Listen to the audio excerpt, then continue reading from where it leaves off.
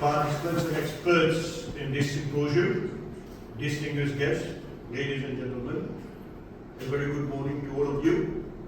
And when I see how our compatriots who have been abroad for so many years are back and trying to help our country, that make me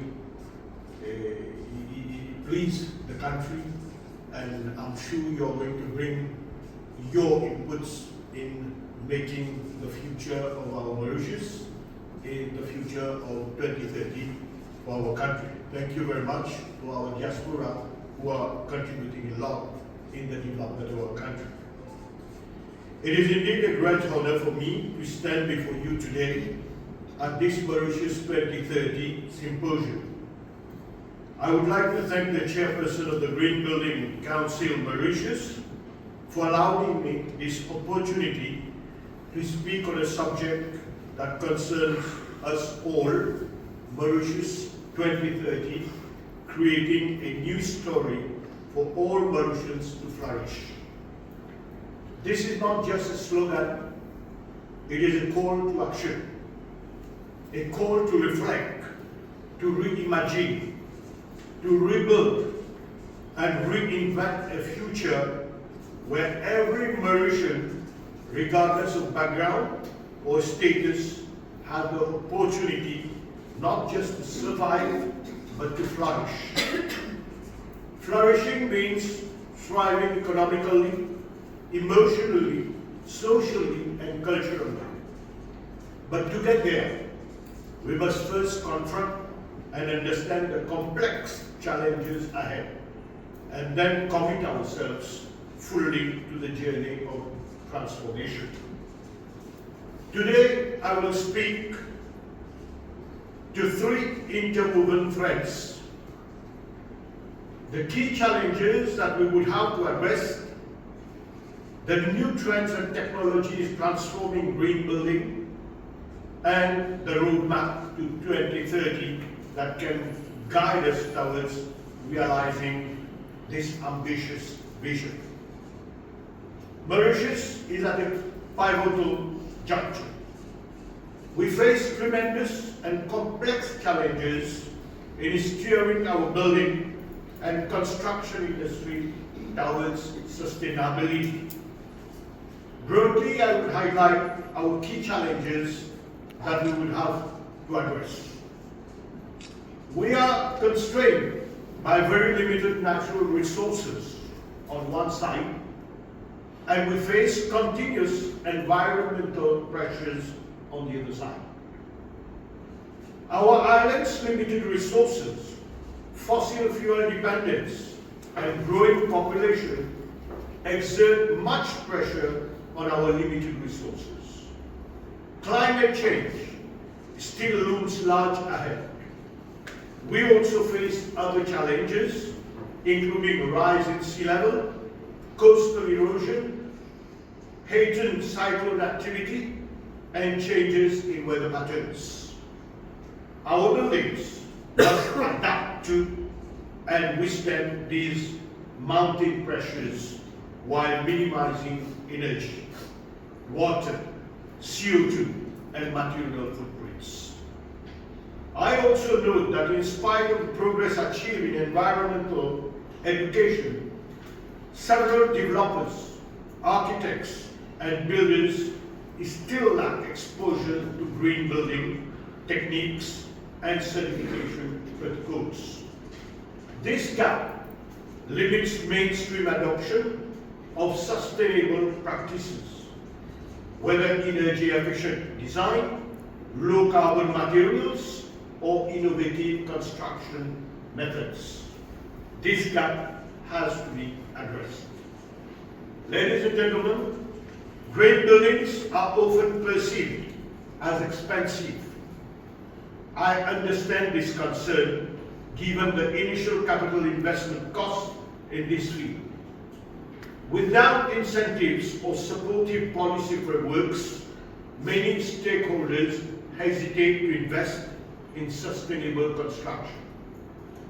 Our regulatory instruments may also require updating Green building codes, standards, and incentives may require alignment with global best practices. Right now in Mauritius, we don't produce or supply enough green and low carbon building materials locally. This makes them expensive and harder to use in local construction projects. The same applies for things like solar-ready infrastructure, recycled materials, and energy-efficient buildings. They are not as easy to get as they should be. But if we want to build a better and sustainable future for all Mauritians, green buildings cannot just be for the wealthy. Sustainability should not be a luxury. It should be the standard. Too often, eco-friendly design is only found in high-end developments. This needs to change. Whether it is social housing or any other building, every structure in Mauritius should have several green elements in it. Other challenges lie in new trends and emerging technologies such as digital construction, software, and switching towards the use of hybrid equipment in the construction sector. They are tools that can transform the environment where we live and work.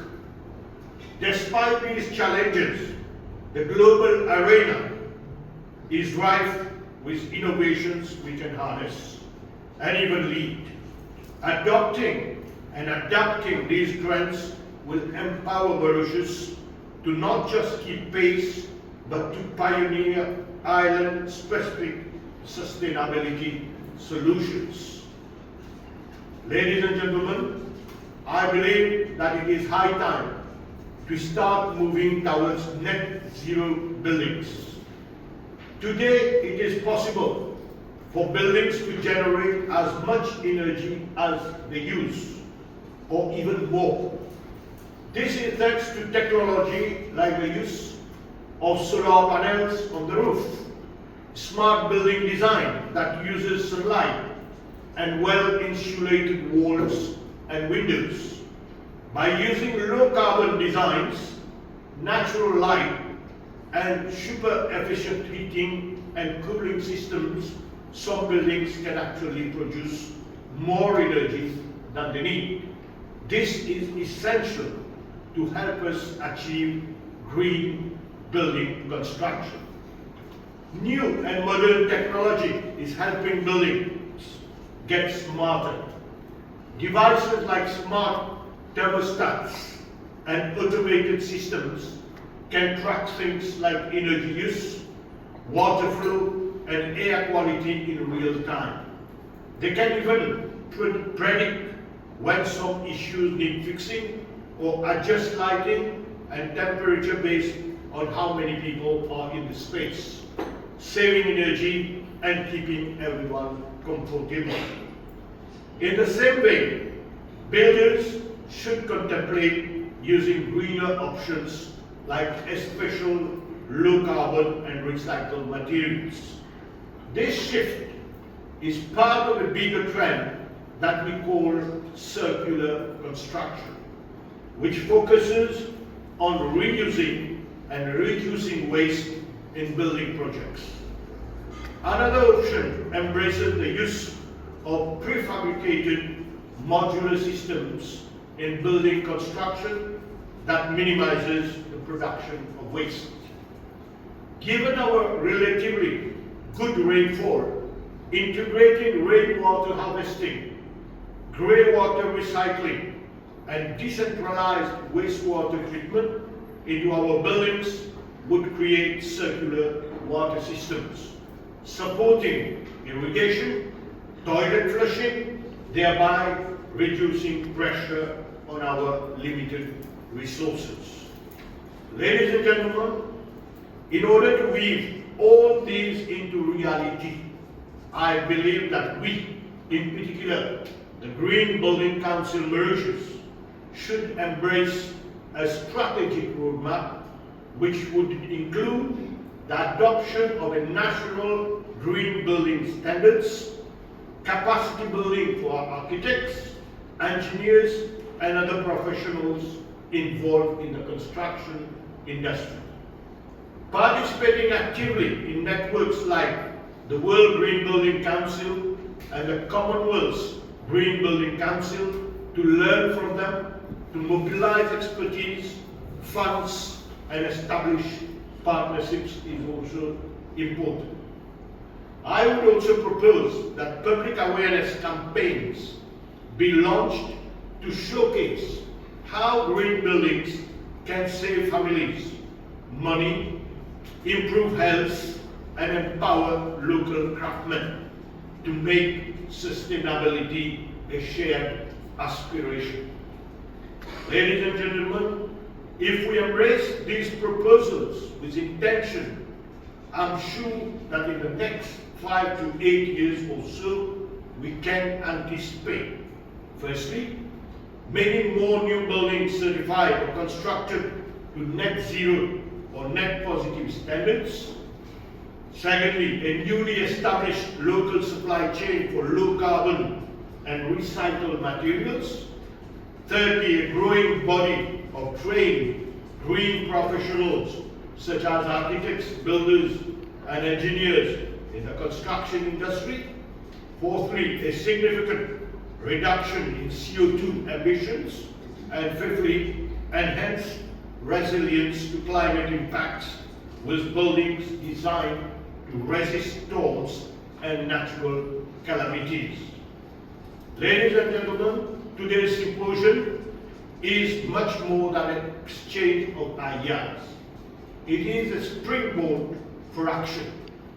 The story of Mauritius 2030 must be co-authored by all stakeholders. The Green Building Council of Mauritius would have to lead the charge, craft standards, convene stakeholders, champion policy, and host knowledge platforms. Academia and training institutes would have to cultivate the next generation of green building professionals through innovation and hands-on projects. Industry developers, architects, contractors would have to embrace green building not as an added cost, but as value creation for our people, for our planet, and for legacy. Civil society and communities should demand healthier, more resilient, and affordable buildings. Participate in dialogues, pilot programs, and advocacy. Ladies and gentlemen, Mauritius 2030, creating a new story for all Mauritians to flourish, is within our grasp. But it requires clarity of purpose, the collaboration of all of us, and more particularly, bold ambition. Through the Green Building Council, Mauritius, and in partnership with government, industry, communities, and academia, lets us confront our challenges with ingenuity and determination.